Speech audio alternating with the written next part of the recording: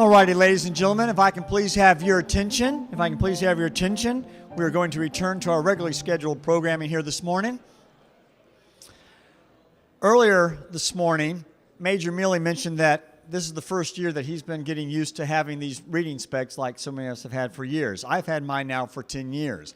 I've become so accustomed and comfortable with these that normally when I'm leaving the house, I just grab whichever reading glasses are laying around that's convenient. Unfortunately, half the time I grab one from my wife. My wife has different tastes than me. All of hers are kaleidoscope colors, a lot of bling on them. So this morning, at least I was lucky I grabbed mine, so I did not spare you that indignity. However, I'm going to try to find one of the good ones. I'm going to mail that to Major Mealy, so he's got one for his collection.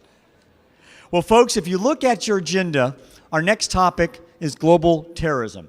A very sobering topic, but all too prevalent in our daily lives. It seems like almost every week we pick up a newspaper or we see a scene on television where we have to witness horrific acts of terrorism. We'll never forget the Pulse nightclub massacre here. As a community, we value our county, state, and federal partners who actively work together to keep our homeland safe from crime and terrorism. The Central Florida Intelligence Exchange, or CFIX, is one of 78 nationally recognized fusion centers and is located here in Orange County. CFIX works hand-in-hand with the National Counterterrorism Center in actively protecting our community. With us today to discuss some of the global trends and issues is Brent Wise, who is the Intelligence Officer for the Department of Homeland Security. Mr. Wise serves as the Intelligence Officer for the Department of Homeland Security, Office of Intelligence and Analysis. He has been deployed to the Florida Fusion Center since May of 2015. Brent not only serves the Florida Fusion Center, but supports 3 other fusion centers in the North and Central Florida regions with logistics, collections, and analysis. Prior to his position with the Florida Fusion Center, Brent served 4 years as the DHS Reports Officer assigned to the Arizona Counterterrorism and Information Center working southwest border issues. Brent retired from the Phoenix Police Department after 22 years of service with that city, during which time he spent 7 years assigned to the FBI's Violent Street Gang Task Force and 7 years assigned to the FBI's Joint Terrorism Task Force. Brent was the first state official selected to help stand up the Joint Counterterrorism Assessment Team at the National Counterterrorism Center, known as the NCTC, and later served as NCTC as the Operations Officer, providing global terrorism situational awareness for the White House, the National Security Council, Director of National Intelligence, and the counterterrorism community.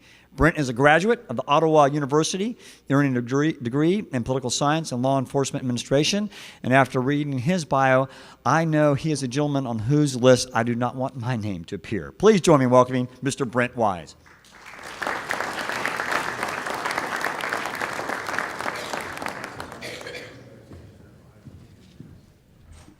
Good morning, everybody. It's a pleasure to be here. I'll wrestle with the mic real quick here. After hearing a bio like that, that just really means one thing. You're getting old. And I sincerely say that. I used to be the young guy when I first joined the Phoenix Police Department. I was 21 years old. And it was always, wow, man, you're young. And now all I hear is, you're old. So that's not just from my wife.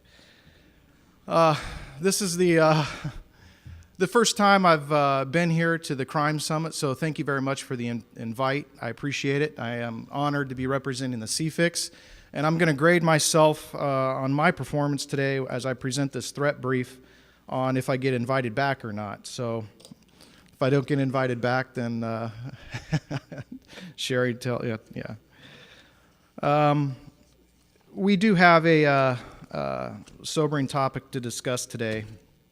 When it comes to terrorism. Now, we're talking about homeland threats, especially terrorism, and that's mainly what I'm going to focus on today. There are numerous threats, as we all know, from cyber to criminal to fentanyl, you name it, that we are all facing today, and one of those is terrorism. So as I usually do these threats, and I go through the slides and I start to articulate and discuss, XYZ terrorist group and here's what they're up to, et cetera, it's nothing but bad news. And it's nothing but, hey, look, this is what they're doing, yada, yada, yada. And I never get into the fact, because it's a threat brief, I never get to get into the fact of all the great work that's actually being done by the federal agencies, by state and local agencies, you name it. The great work that's being done by a plethora of officials out there, law enforcement and otherwise, that work to keep me safe every day and you safe every day. And I'm honored today to be representing the CFIX, the federal part of the CFIX. And when I say CFIX, it's the Central Florida Intelligence Exchange, which is the fusion center that's here in Orlando.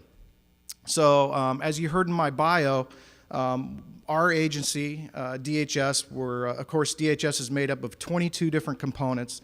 My component is the Office of Intelligence and Analysis, and our role really is to be deployed into the fusion centers. There's actually 79 nationwide right now, 79 fusion centers.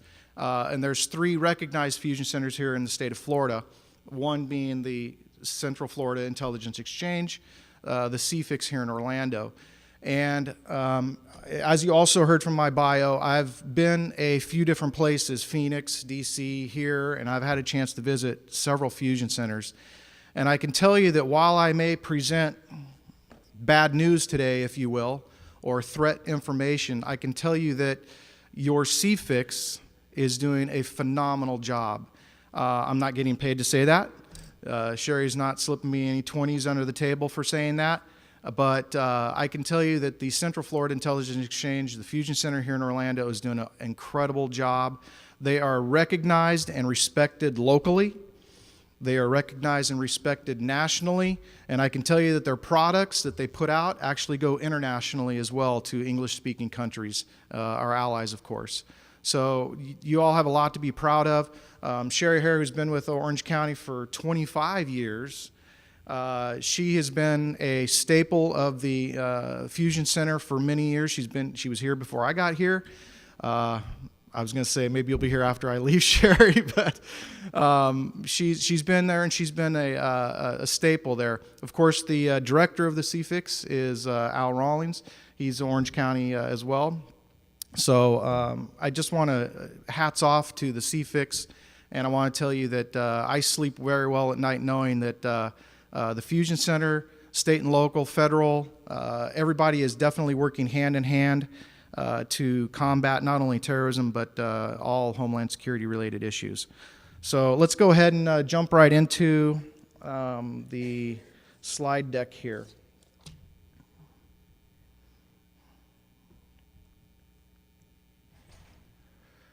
Okay, I'm going to extrapolate. The slide deck that I'm presenting is kind of one of those slide decks that our headquarters puts together that it's meant for a lot of different audiences. So each slide, I'm just going to try to extrapolate what I think is appropriate for this venue, and then we're going to move on from there. And I'm only going to talk about terrorism, and specifically just 2 terrorist organizations that really we're quote unquote worried about, or we keep a close eye on, at least here in the United States, specifically Florida.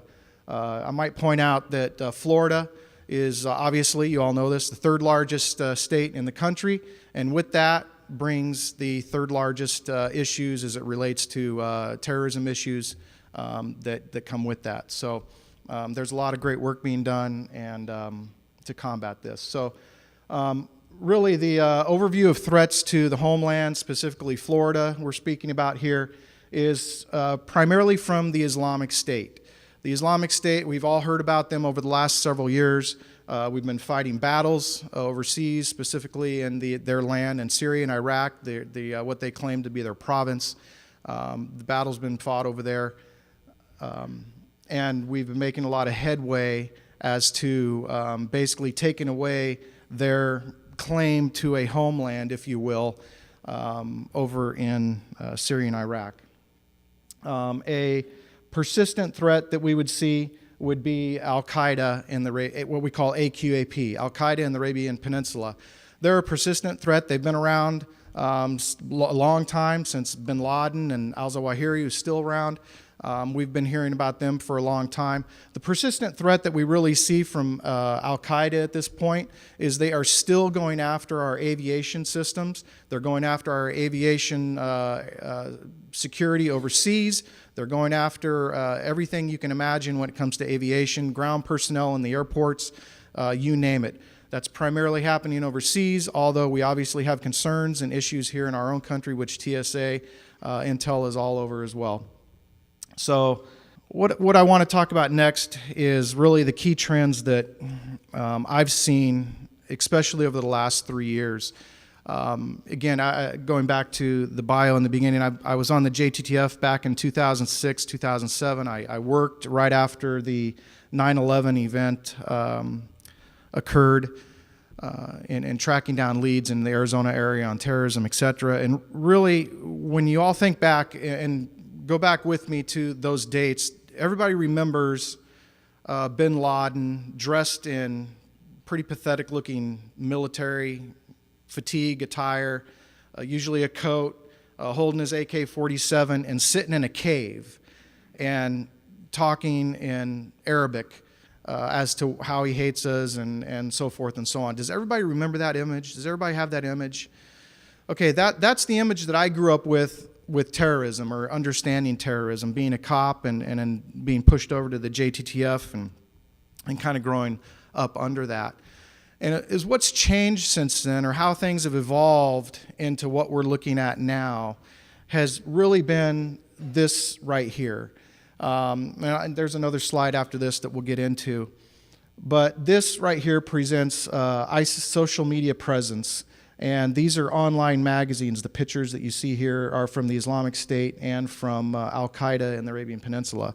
So the online presence of the Islamic State dwarfs and has been dwarfing what we've seen in the past with Osama bin Laden. Remember, they used to release a video, I don't know, what was it, about every half year, every 6 months? If we were lucky, it was every quarter. There's literally videos from the Islamic State, several hundred going out a week from the Islamic State.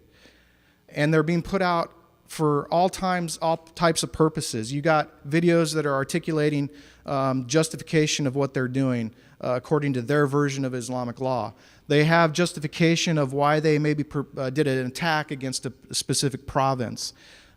These videos are going out, they're glamorized, they're Hollywood, they got music to them, they're English speaking, directed toward the United States and English speaking countries and westernized countries.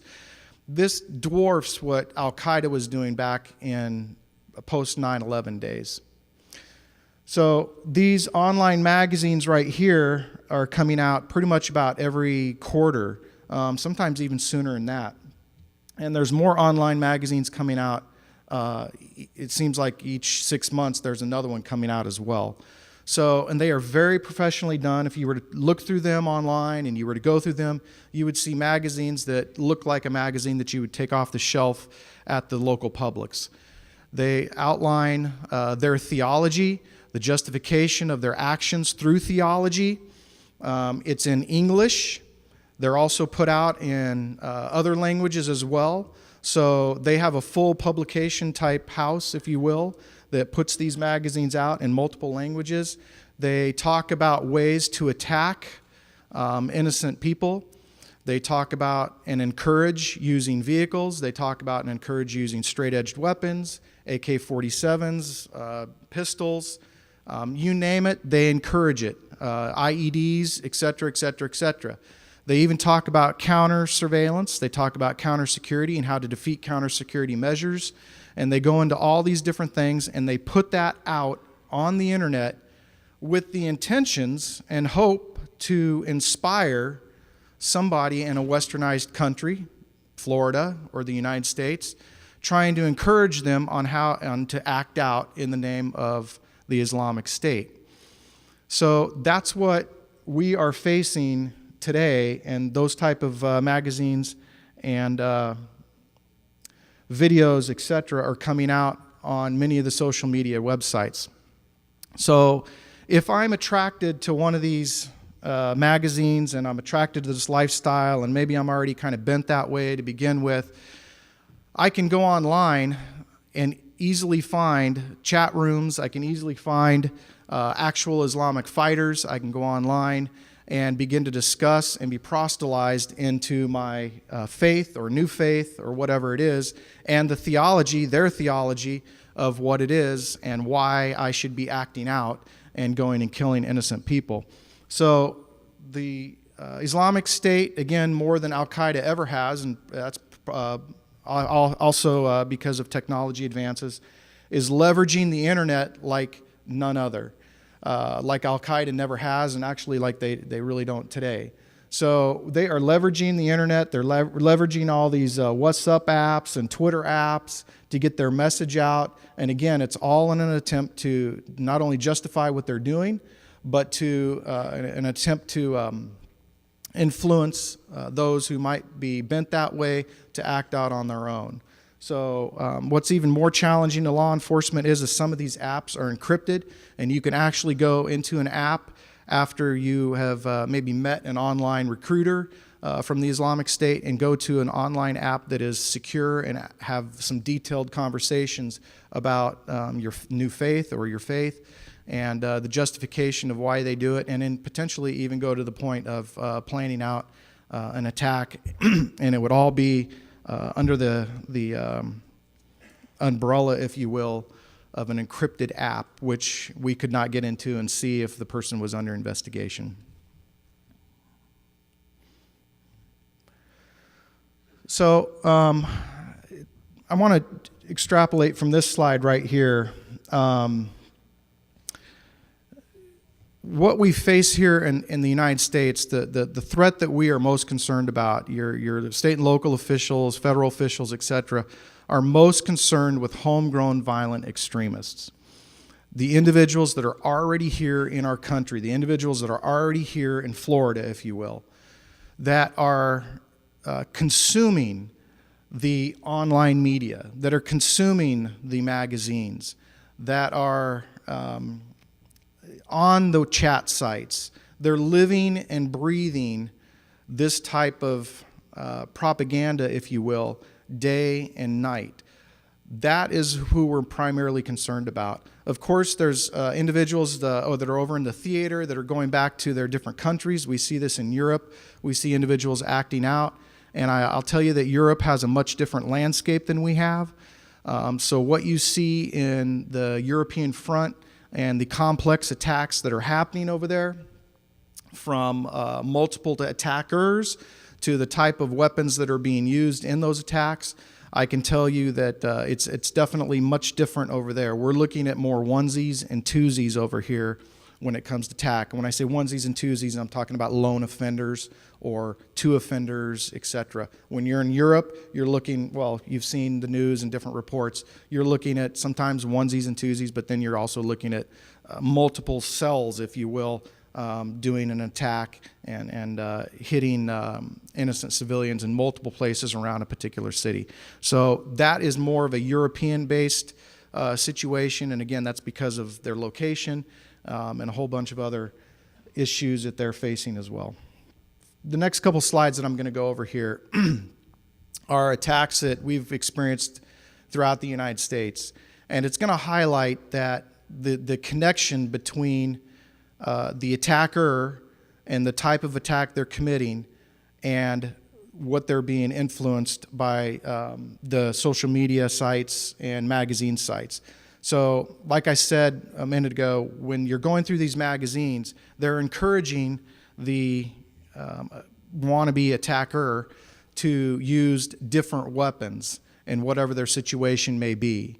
And believe me, these articles go into great detail as to why you use a specific weapon and how to use it, how to get past security, etc. So we see here the France attack, edged weapons used.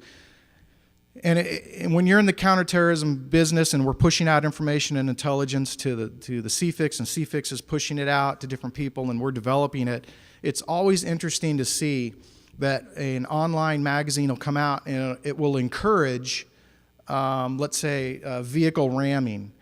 and it'll say, hey, go, when there's a large group, a great way to kill a lot of people is to just get into a vehicle or a truck and drive it into the crowd, and you'll be guaranteed to kill a lot of people, and Allah will be happy with you, et cetera, et cetera. And of course, there's their theology to back up what their actions were, et cetera.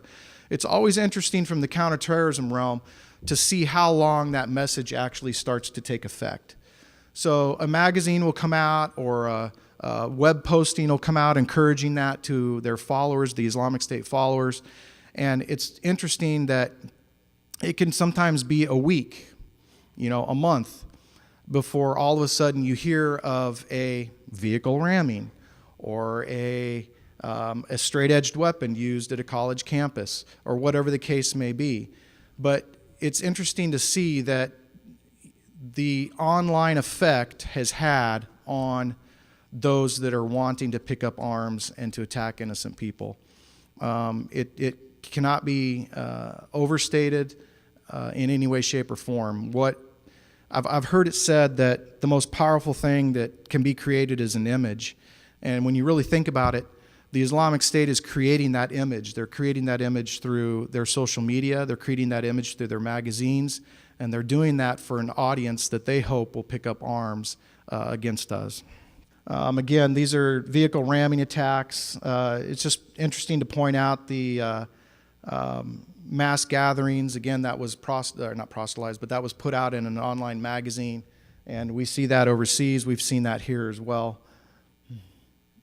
Messaging from AQAP. I want to point out on this slide, Al-Qaeda in the Arabian Peninsula.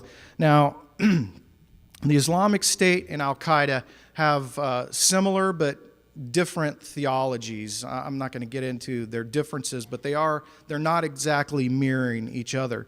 But I will say that their magazines the magazines that they put out do complement each other.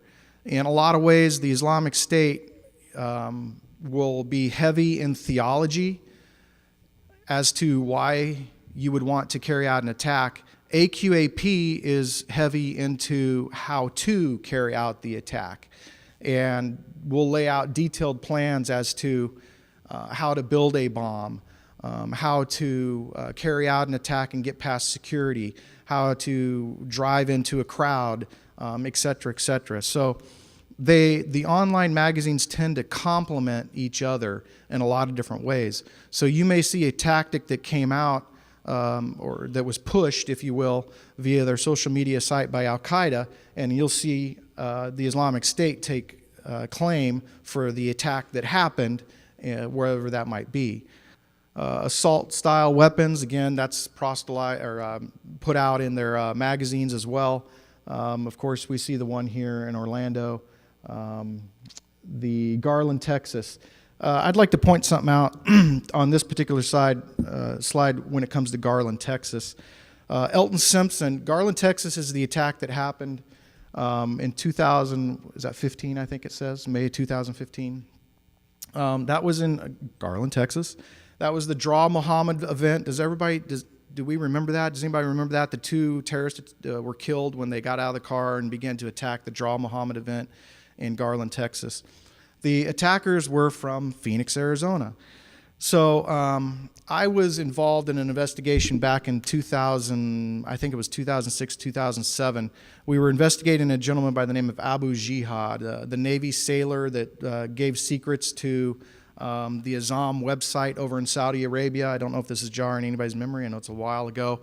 But he was on the phone, and he was talking to an individual called by the name of Derek Sharif in Dayton, Ohio, and in trying to encourage Derek to blow up a bomb during Christmas time in the mall in Dayton, Ohio.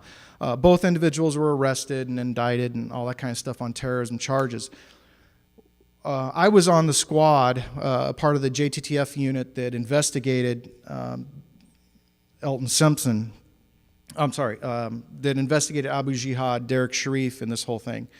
So I was on that unit that ended up arresting the two individuals and getting them indicted. So during that investigation, and I'm leading to a point on this. Elton Simpson came up during that investigation. We had a FISA on that, which is a fancy word for a wiretap. They were English speakers, so we were handling it like law enforcement would a normal wiretap. And Elton came up during that wire. He kind of scared everybody when he would talk on the phone, and we were like, "Whoa, who is this guy?" We didn't. His mother had the cell phone, was in her name, so we were having a hard time identifying who he was. So he left the mosque one day, and we were able to narrow down who Elton was, and we did a traffic stop on him as he was riding his bike, because he was a younger man at the time, for not having a headlight on his bicycle. So thank God for those traffic codes that are ridiculous. But we were able to identify Elton, because he didn't have a traffic light, headlight on his bicycle. So we did a Keystone traffic stop on him and identified Elton because of the extreme things he was saying and wanting to actually be a part of this terrorist attack in Dayton, et cetera, et cetera. But they were, Elton, you're too young, you can't do that, yada, yada, yada. But they continued to bring this guy along, and even after the arrests, Elton remained very much enthusiastic and radicalized. Now, this is 2015. What I'm describing is 2007, 2006. So we're talking 8 years. 8 years that a young man, a misguided young man, got a hold of this ideology and kept continuing to proselytize himself in it and bathe himself in it until one day, circumstances in his life, he just said, forget it, I'm going to do what I'm going to do, and ended up going over to Garland, Texas. Thank God that nobody was injured.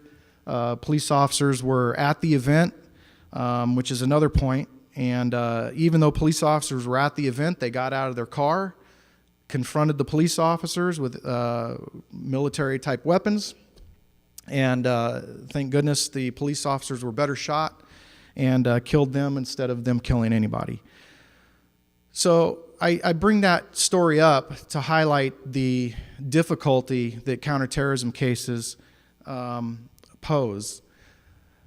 They're very difficult to investigate when you're talking about an ideology. An ideology is not like your normal crime. We heard earlier with the fentanyl cases, we heard about the users waking up every day and committing crime in order to support their drug abuse habits. With an ideology, they're not necessarily committing a crime every day. So the FBI and state and locals and others have a very, very difficult task in trying to read the mind of an individual who eventually acts out like this. So we're running out of time here, but I want to close this by saying and wrapping this up and saying that because it is so difficult, and there's statistics and there's numbers and analysis that's done that discuss about lone offenders when they don't have any contact with anybody, or they're pretty much self-radicalizing on their phone or their computer and really don't reach out to anybody. Those guys are extremely difficult to catch before they act out. It's the ones that maybe talk to some people or talk to family members. But in all cases, their behavior changes. In all cases, their behavior is changing. In fact, in most terrorist attacks that they've gone back on, the FBI and others have gone back on and done analysis on, the individuals that acted out have had contact with either close family members, coworkers, or other people that they saw the behavioral changes in them. And the behavioral changes were so extreme that it made the person that saw the change really begin to question themselves and really bring them to a point where they were like, I should probably call the authorities. I should probably call and say something. But they never did. They never called. So I want to wrap this up by just putting out a advertisement, if you will, for the See Something, Say Something campaign. especially as it relates to terrorism. If you own a business, if you're a business owner or you're a public official, most public officials are obviously very much involved in the See Something, Say Something campaign. But in Florida, there's one number to call. And I can tell you, I've seen time and time again where See Something, Say Something calls come in, or law enforcement officials have seen behaviors that are in line with terrorism type behaviors. And again, there's no, just to point this out, there's no profile of what a terrorist looks like. We've seen everything. We've seen all nationalities. We've seen all races. We've seen all education levels, you name it. So I just encourage everybody in here to push the See Something, Say Something, because it's extremely difficult when dealing with an ideology. It's extremely difficult when individuals are being radicalized online and through social media websites to catch those individuals. They're not like a normal criminal that is a reoffending and we get a 1, 2, 3, 4, 5 chances at them of doing a robbery or burglary. We got one shot. A lot of times we got one shot to get them. And if we don't get that tip, if the FBI and your local officials are not getting those tips that come in that paint a mosaic of somebody's life, if you will, that's on the edge of offending in this manner, then we lose at that point. Then they're going to offend and they're going to hurt innocent individuals. So if you want to know more about See Something, Say Something, definitely get a hold of Sherry, get a hold of your Orange County officials here, or I'll be around a little while afterwards, and you can certainly come talk to me a little bit more. Running short on time, but if you have any questions, I'll be more than happy to talk to you a little bit more about the changes that we've seen in terrorism over the last couple of years. But thank you very much for having me here, and thank you.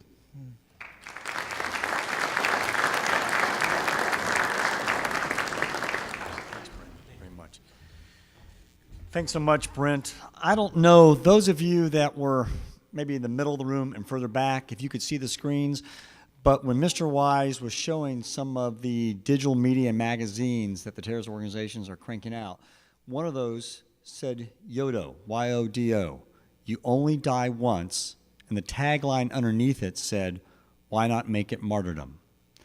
I don't know of anything that epitomizes better blind passion and perversion than that.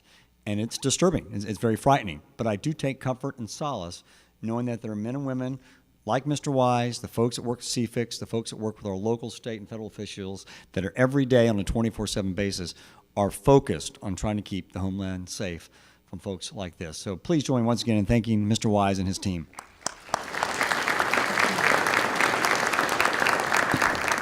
Our next topic touches upon 21st century awareness. Now, in this day and age, we all must be vigilant and aware of our surroundings. After the tragic events of Pulse and the recent mass shooting over at the Fiamma business on Forsyth Road, our community now clearly understands we are not immune from those individuals who wish to commit violent acts and devastate the lives of many. And I think almost all of us at one time or another have asked ourselves, what would I do in a similar circumstance? Would I run? Would I hide? Would I fight? What would I do? In this era of 21st century awareness, it is imperative that we as a community know our surroundings and have a plan to maintain the safety of ourselves and our families. Today's speaker will provide critically important insight into this phenomenon.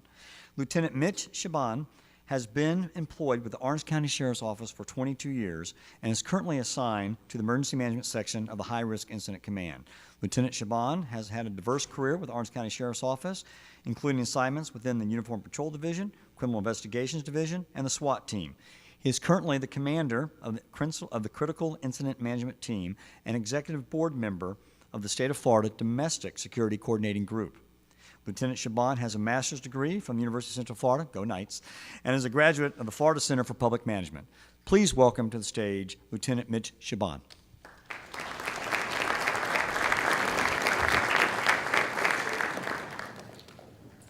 Good morning. I'm going to talk a little bit today, unfortunately, more doom and gloom. Planning and preparation for if you're confronted with one of these type of situations. One of my roles and responsibilities as the Sheriff's Office also is reporting on weather updates. So I will promise you there will be no weather slides on here showing any sort of cones of uncertainty. But I'm going to start out with a little video. For the breaking news from Washington, a shooting at the Washington Navy Yard has left several people dead and at least 10 injured. The status of the gunman unclear at the moment. Shortly before 10 this morning, a campus-wide alert going out at Ohio State University, a suspect on the attack. The chilling warning in a tweet to run, hide, fight. A massive police response, the FBI joining in. Students barricading themselves in classrooms with whatever they could find. The suspect had rammed his car into a crowd of students, bystanders, then taking aim with a butcher's knife. There were multiple victims. At least 9 people killed overnight in a massacre in an historic black church. I do believe this was a hate crime. Police say this suspect, a white man in his 20s, walked into the Bible study, sat down with the group, and opened fire. It has happened again. A mass shooting at a U.S. military base. Just hours ago, Fort Hood, one of the largest Army posts in America, came under attack. And we're learning more about the workplace shooting rampage in Orlando. Police identified the suspected gunman as U.S. Army veteran John Robert Newman, Jr. Investigators say Newman, a former employee, opened fire inside a company that makes awnings for RVs. He killed 5 of his former co-workers before turning the gun on himself. Manhunt is underway in Southern California, and the Los Angeles Police Department is under siege. 10,000 law enforcement officers are conducting door-to-door searches for one of their own, a fugitive ex-cop. 33-year-old Christopher Jordan Dorner is suspected of killing 3 people in a terrifying rampage. Authorities say a man with a gun checked in at the office and headed straight to a classroom. He shot and killed a female teacher, and 2 young students were shot too. A terror attack on a gay nightclub. Right now, at least 20 are dead, maybe more. The shooter also dead. Police say that he was well prepared. He was organized. They do not believe that he was from the area. More than 40 have been taken to a local hospital. I think we can all agree these are headlines we see probably far too frequently. These headlines give us a little bit of pause, some anxiety, make us a little bit scared. When we think of these type of things, we do think terrorism. Of course, the presentation we just had makes us aware of that. We think of the vehicle attacks, the active assailants, the active shooters. We also need to think about workplace violence, domestic violence. We need to think about people who have hate, just angry. We also think about mental illness out there. When we think about these type of events, usually what comes to mind are the mass shootings. Unfortunately, something our community has experienced. As you can see, mass shootings touch everywhere, whether it's elementary schools, colleges, Army installations, movie theaters. To understand a little bit about this, this isn't a new phenomenon. You can go back to August 1st, 1966, when Charles Whitman went to the 27th floor of the Clock Tower building in Austin, Texas, and for about an hour and 20 minutes, committed carnage, killing about 13 people, wounding another 31. Ended up being responsible for 17 deaths that day. You can also see San Ysidro, California, 1984, McDonald's. An individual with mental illness went in, killed 21 people. Lubby's Diner, Killeen, Texas, the 23 people died. The gentleman there went in full of hate. The FBI has taken a little bit of time to study these things. Back in 2014, they looked at the past 160 active shooter cases from the previous 13 years. Gives us a little bit of information on what we're dealing with. We learned during that time frame that 70% of those shootings took place in a place of commerce or an educational institution. 46% in commerce, 24 in educational institutions. Learned the vast majority of the time, it's going to be a male. The vast majority of the time, it's going to be a single shooter. 60% of the time, it was over before law enforcement even arrived. And this is a key point. 13.1% ended because of the actions of an unarmed citizen. So you start thinking, what can we do? Well, in law enforcement, we take some of these studies, we take these best practices, we plan, we prepare, try to intervene, like Brent just talked about, see something, say something campaign. You personally do your own personal planning preparation. Understanding there's no true magic elixir that's going to make this all disappear. So unfortunately, we do have to look at mitigation. And planning and preparing is going to help us to mitigate the devastation that can take place in these events. Oops. At the Sheriff's Office, that's something we take seriously. Part of the unit I'm involved with, that's what we do. We plan, prepare, and respond to these type of events. Continually training. Every year, our training division puts out lots of in-service training. We have our mandatory qualifications. We discuss different type of tactical scenarios out through there. We have some of our specialty units do more advanced training each month. Send them to schools to get better prepared, give them tools and technology. We collaborate, we've already heard about today, a lot of local, state, and federal partners. We involve a lot of different task forces out there, everything from drugs to terrorism to violent crime. We're partnering with our sister agency over Orlando Police Department, creating what's called a command school. It's going to help us to better manage these critical incidents for our frontline supervisors. We work with the Regional Domestic Security Task Force, something that's chaired by Sheriff Demings and Sac Banks. We work a lot of different disciplines in there, from fire to health, law enforcement. Our theme parks are involved with that. Help develop strategies of how to potentially combat some of these potential devastating situations. Community presentations, much like we're doing today. We do this throughout the year. On active shooter, our community relations folks get out there and discuss what they can do to make your community safe and your home safer. Training exercises. We do multiple training exercises throughout the year. One of the ones we just did recently, back on August 4th, we partnered with Valencia Community College out at their East Side campus. Full-scale training exercise that incorporated 200 of our first responders from our agency, Orange County Fire Rescue, and Valencia College Security. We had 75 volunteer victims out there, actors. We had them decked out in moulage or special effects to simulate some of the injuries you would see in one of these type of events. There we tested some of our actor-shooter protocols. Our swift-assisted victim extraction, also called SAVE, that's what we incorporate with fire department personnel to get them into these situations earlier than in the past, so we can get these victims quicker to try to save some more lives. Our hostage unit was out there, as well as our explosive ordnance team, EOD, as well as our SWAT team, exercising their capabilities. Picture from how we put our folks out there. We wanted to simulate real world as best we could, put them in their day-to-day uniforms, make them carry around their day-to-day guns, to know how heavy they're going to be after you're carrying them for an extended period of time, how hot it's going to be. This is a picture of the first explosion. We had a couple explosions that went on. Again, some real-worldisms to this.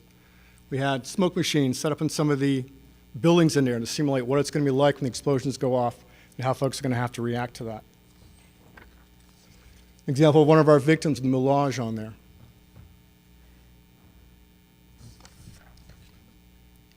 Small real world in here. This is what we'll see. We'll see devastation. We'll see folks hurt.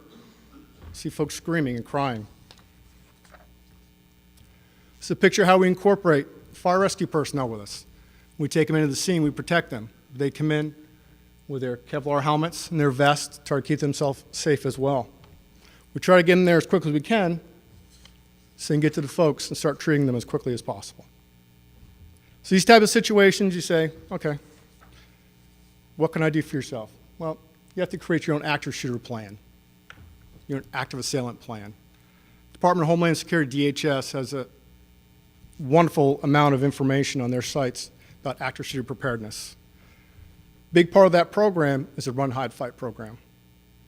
Understand, these aren't just sequential options off here. These are options that doesn't matter which one may be your first one, every one of them you need to be prepared to use. Running. Clear is going to be your best chance to escape from an active shooter. Commit to run. Don't stop. Get out. Have in mind multiple escape routes off through there. Think about locked doors, proxy card accesses. Do you have the ability to get in and out of those certain places?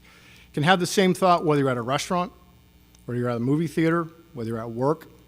No multiple ways to get out. I think every restaurant has a secondary exit out the back through the kitchen. Same thing every movie theater to get into. Once you get clear of danger, call 911. Give us as much information as you can. The location of where you're at, description of the bad guys, the weapons that are involved, the amount of victims that you're aware of. And when you're running, if others don't want to go, go anyways. Leave your belongings behind. Those can be replaced. We recommend do not attempt to move wounded people. And this may be a difficult thing for some folks, but at the end of the day, we don't want you to be a victim as well. And once you get out, prevent others from getting in there as well. Hiding. Clearly, if you can't get out, hide. And we mean by hide, stay out of the shooter's view. Don't hide in plain sight. Don't play dead. We don't want you to do that. If you're going into a room, lock the door. Stay close to the ground. Barricade those entrances with whatever you've got. Desks, chairs, tables, anything will work. Stay quiet. Silence your phones. If you're able, call 911. And ultimately be prepared to fight. A few examples, some folks with their training exercises they've conducted of ways to barricade the doors. Obviously, the tables and chairs come into mind. Something different I hadn't thought about, the chair over the crossbars of the doors. Rope, a belt. Great way to keep folks from coming in. Obviously, like the larger objects like the copy machine. Fighting. Understand this could be your first and only option. When you're confronted by the gunman or the assailant, be prepared to fight. Be a warrior. Fight like your life depends on it, because it does. Use any objects that you have available to you, any weapon of opportunity. There's no such thing as a fair fight in a situation like this. I don't care if it's a pen, a stapler, fire extinguisher, chair, whatever you have. And do not stop fighting until that threat's eliminated. Understand when law enforcement arrives, be prepared to put your hands up, keep your hands clear. That's one of the first things we're going to be doing. We're going to be checking your hands. We're looking for weapons. Drop whatever you may have in your hands to the ground.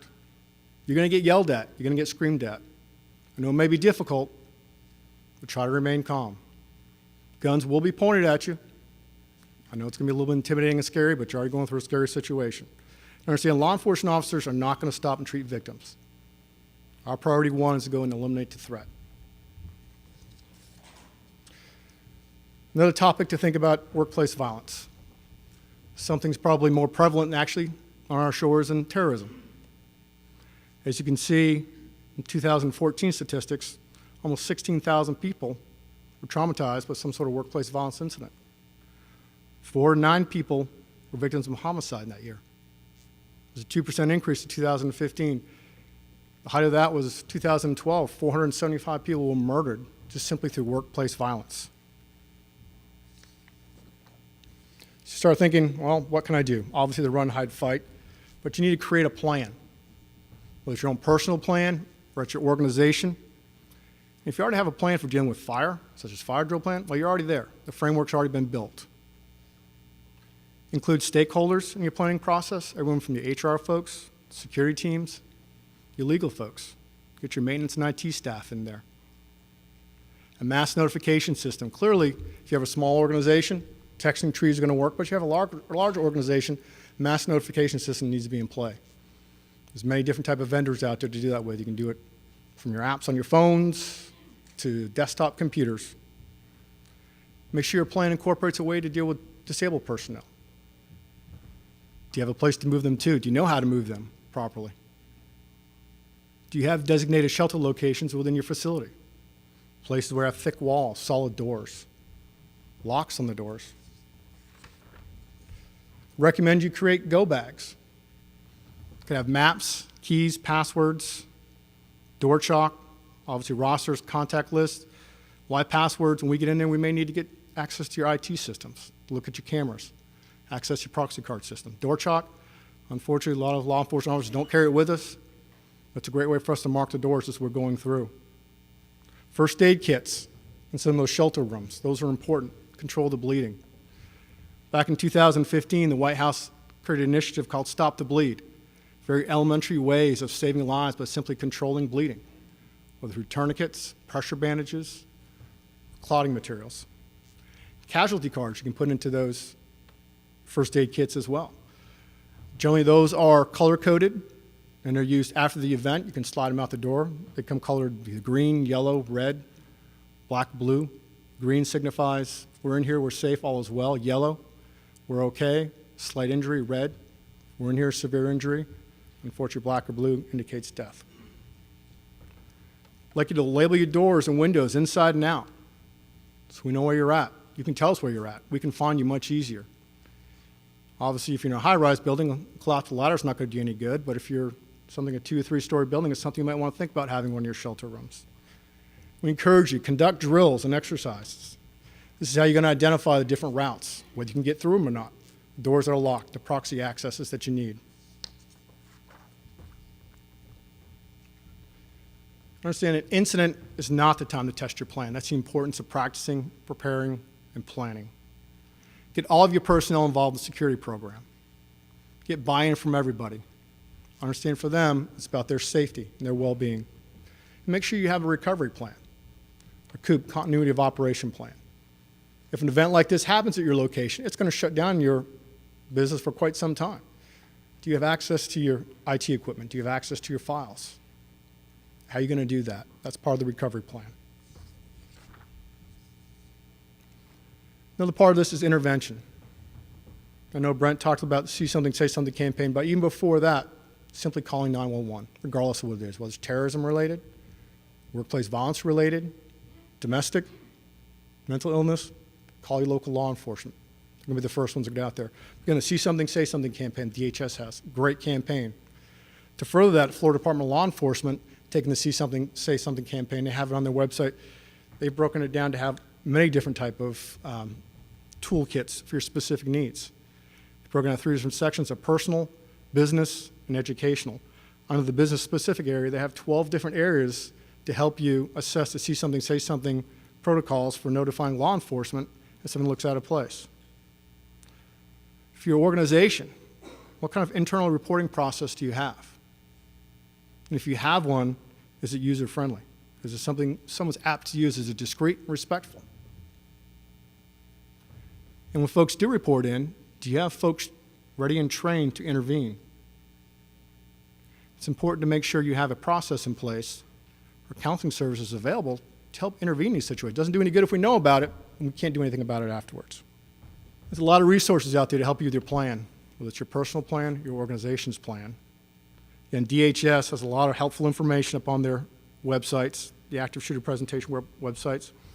Again, FDLE with their toolkits are wonderful. FBI, you can get on there, read about their studies for active shooters to learn a little more insight about what goes on with there. OSHA, some great insight about workplace violence and how you can help prevent that. Training, FEMA offers some wonderful training programs along the way. A lot of them you can do online to help prepare yourself if you're faced with these type of situations. And I know we've had a lot of doom and gloom the last 45 minutes to an hour or so, but as we move on, I did find an article along the way into LinkedIn. It was a little outdated in 2015, but just kind of give you an understanding what the odds. So you do 1 in 13.2 million chance of being an astronaut, 1 in 662,000 chance of being an Olympic gold medalist, 1 in 10 million chance of being the president, and move down to 1 in 88,000 chance of being a supermodel, or the odds of dying of any kind of terrorist attack in the worldwide is 1 in 9.3 million. So understand you have a 10% better chance of dating a supermodel than you do of dying from a terrorist attack worldwide. So with that, I'm done. Thank you very much.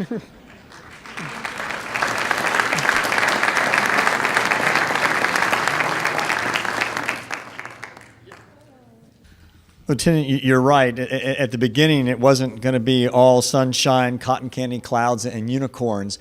But my goodness, did you turn around at the end there with a supermodel line? Thanks so much. But also appreciate the good tips you gave us. You reminded us about the constant training and live shooting exercises that law enforcement goes through. But you gave us a how-to list and a list of resources for us as individuals as well. Let's make sure in our private lives that we look at incorporating those pieces of advice and tidbits into our own daily lives. Now, as a community, what tools do we have at our disposal to maintain a safe environment for all of us? Well, this morning we have with us Barbara Bergin, who's Executive Director of Crimeline, to discuss these valuable resources. Barb Bergin was raised in Colorado. Her professional career began with Orlando Police Department and lasted 25 and a half years, including 10 and a half years in homicide. Barb received Officer of the Year awards from the Orange County Bar Association as well as the Orlando Police Department. She's attended Valencia and Rollins Hamilton Holt colleges. Currently, Barb Bergin is Executive Director of Central Florida Crimeline, one of the nation's largest Crime Stopper programs, averaging 11,000 tips a month. 11,000 tips a month. Wow.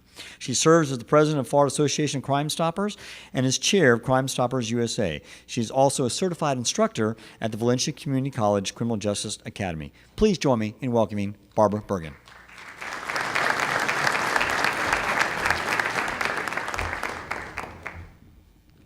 So I'm going to have to make one correction before we start. That's 11,000 a year. But we're going to talk a little bit about that as we move forward. So thank you to the Orange County Sheriff's Office for having us here today. It's always a pleasure to be able to speak to the community and our friends in law enforcement. On behalf of the Board of Directors of Crimeline, we're happy to be here, and we're always happy to make a statement as to what we do on a daily basis.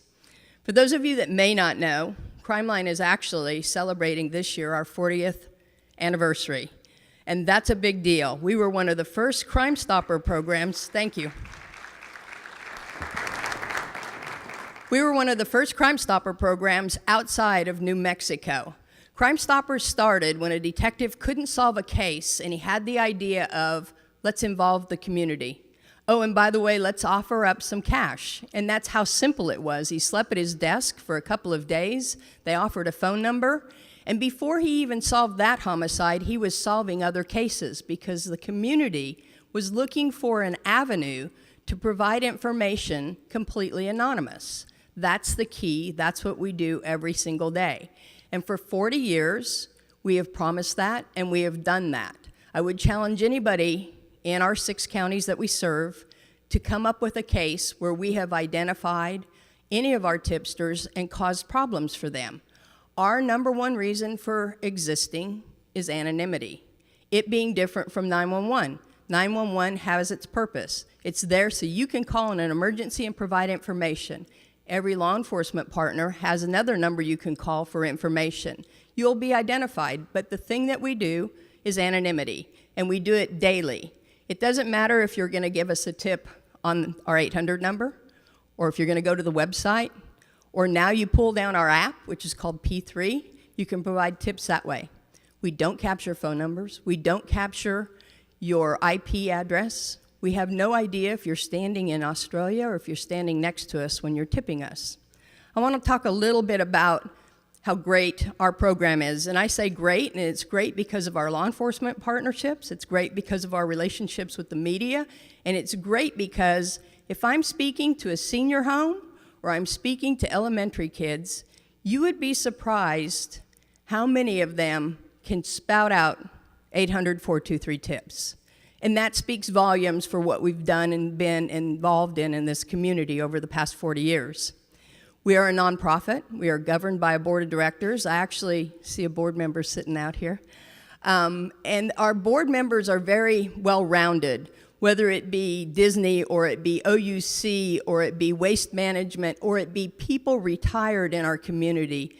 Our board is very actively involved in everything that we do on a daily basis. We are recognized in North America as one of the largest and strongest Crime Stopper programs that exists. We're taking more tips right now in Central Florida, serving 2.9 million people on top of all of our tourists that come to the area. We're taking more tips than the city of New York, than Atlanta, than LA, major cities. We're neck and neck with Toronto, who has 8 million people living in it right now. So you ask yourself why? Why is that happening? And I believe it's because we have promised the anonymity, but more importantly, we're actively involved in this community. We're in community events in every neighborhood that we can possibly get into, and we have built great relationships with our law enforcement partners, as well as our media partners.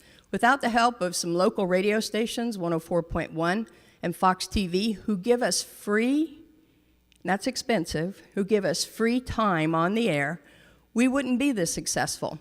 Without law enforcement and our PIOs and people of that nature saying, if you want to remain anonymous, you should call Crime Stoppers or Crimeline here locally. Our local governments are huge supporters of us. And we are significantly funded through the Attorney General's Crime Stopper Trust Fund. For those of you that don't know, every time we put a bad guy in jail, and every time they're convicted, and there's a court fine, it's a $20 fine from Crime Stoppers. And that $20 turns into our grant, which is, we're one of the few states in the entire country who has that significant funding for Crime Stoppers. So it's a wonderful system that's working here. As a matter of fact, I've just been invited to speak with the Attorney General in Utah, and he's going to model the funding process that we have here in Florida, exactly like the one that he wants to build one just like that in Utah. And they don't even have a single Crime Stopper program in Utah. So that speaks volumes that we've been asked to be the model for what's happening across this country. I also see some of our federal partners here. We have great relationships with the federal partners. As chairman of Crime Stoppers USA, I'm actually traveling to Panama City. And again, we're being used. Crimeline is being used as the role model for what's happening across this world, around the world. Our bad guys don't know borders. They don't even know county lines. So we'll be speaking at the Crime Stoppers International Conference, and Crimeline will be a model there in Panama City for the types of software we're using, for the marketing that we're doing, for the relationships that we have with our federal partners. And we thank all of our federal partners. Marshall, I thank you for everything that we do with your teams. It's very important. We help put a lot of bad guys in jail. Let's talk about numbers and where we're at today. Just in the past 12 months, we've taken 9,700 tips. It's resulted in 502 arrests. It resulted in 689 cases being cleared. It also led to $1.4 million in street-level drugs being seized and almost $1 million in property. And out of all of that, we've paid out $149,000 in rewards. But here's what's really interesting. We only pay out approximately 30 to 40% of our rewards. So there's a lot of money sitting on the table. And one has to ask, why would that be? We offer anonymity, and we offer cash rewards. We offer up to $5,000 for homicides. We offer up to $1,000 for felonies. We know this nationally. The reason people do not collect their rewards is because that's not why they called us. Again, it comes back to anonymity. People are contacting Crime Stoppers, specifically your Crimeline, because they're looking for anonymity. For many reasons. They don't want retribution. They don't want problems with the bad guy. And quite honestly, they don't want involved in the system. They may not want to be involved with the subpoena and things like that. But at the end of the day, what do we ultimately do? At the end of the day, we're taking very simple information, which law enforcement probably didn't have. We're putting it into a document and we're sending over to them. And detectives are getting pieces of the puzzle which ultimately solve very violent crimes, which keep those bad guys from committing other crimes once they're identified, and is keeping this community safer. And most of the time, it's because they're not doing it for the cash money. They're doing it because they want to make the difference in the community. This is not about cash. Everybody says, well, what's the reward, what's the reward? But we know statistically, people are doing it for the anonymity, and they will continue to do that as long as we continue to keep them safe and completely anonymous. We've moved into the future a little bit with some brand new software. It's called P3. There was a time when we were taking text tips, but all of you know that's very limited information, 150 characters, and you'd have to ask them a bunch of questions. We've now moved into a new field, if you will, of web tipping and mobile tipping. We have seen a 60% increase in our web tips away from phone calls, which is fine, because they go to the same document that my call taker would ask, and they're answering very detailed information. So we've moved away from 150 characters in a text tip to a full document that they're filling out on the phones. And there's an entire generation out there who are very happy to be able to pick up their device and type in all of the answers to the questions instead of sitting on the phone with somebody or only having 150 characters and we're having to ask them a bunch of questions. This is how we're moving to the new generation. The kids love this app. They love going to the website and providing information.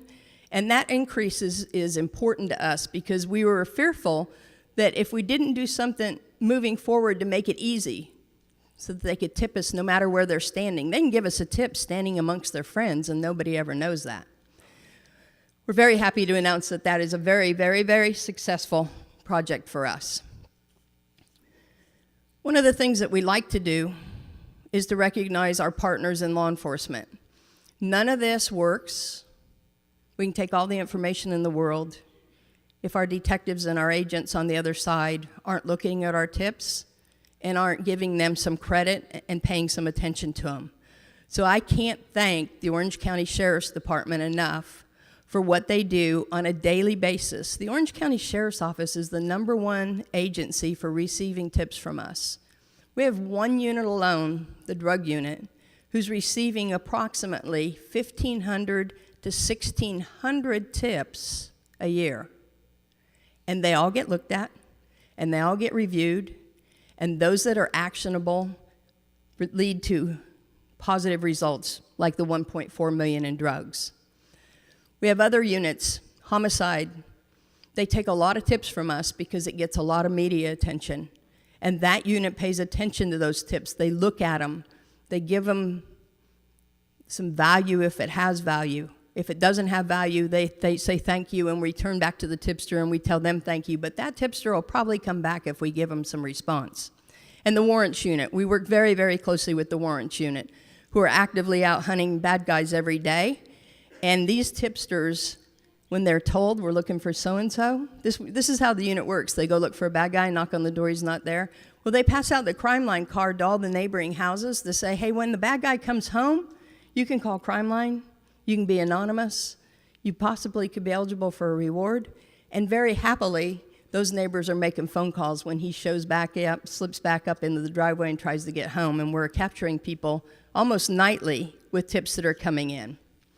It's not only the Orange County Sheriff's Office, it's every agency in Central Florida. We service 55 law enforcement agencies in our 6 counties. We're almost beach to beach. We go all the way over to Sumter from Brevard, north and south. And I would tell you that Crimeline is only successful due to the people who pick up the phone and make the phone calls. We're successful because of our partners in law enforcement paying very close attention to the information we get. And we're successful because we have done what we promised we're going to do, which is maintain anonymity every day for all of our tipsters. Thank you to the media for being supporters, and thank you for giving us time today to speak to you. And please keep supporting Crimeline, and we'll be there to help catch the bad guys. Thank you.